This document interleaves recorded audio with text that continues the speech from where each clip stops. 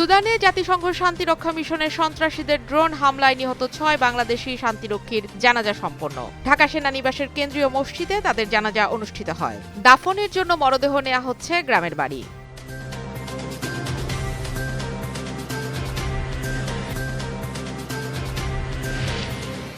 ওসমান হাদি হত্যাকাণ্ডে সরকার যা করেছে তাতে জনগণ সন্তুষ্ট নয়, মন্তব্য জামায়াত আমির ডা শফিকুর রহমানের। সকালে হাদির কবর জিয়ারত শেষে তিনি এ মন্তব্য করেন।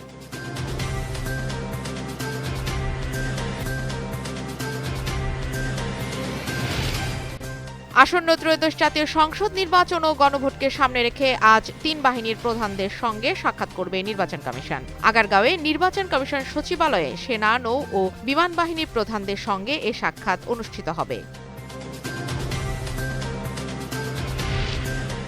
টিএফআইসেলে গুম নির্যাতনের মামলায় শেখ হাসিনা ও সাবেক বর্তমান ১৪ সেনা কর্মকর্তা সহ ১৭ জনের বিরুদ্ধে আনুষ্ঠানিক অভিযোগ গঠনের আদেশ আজ।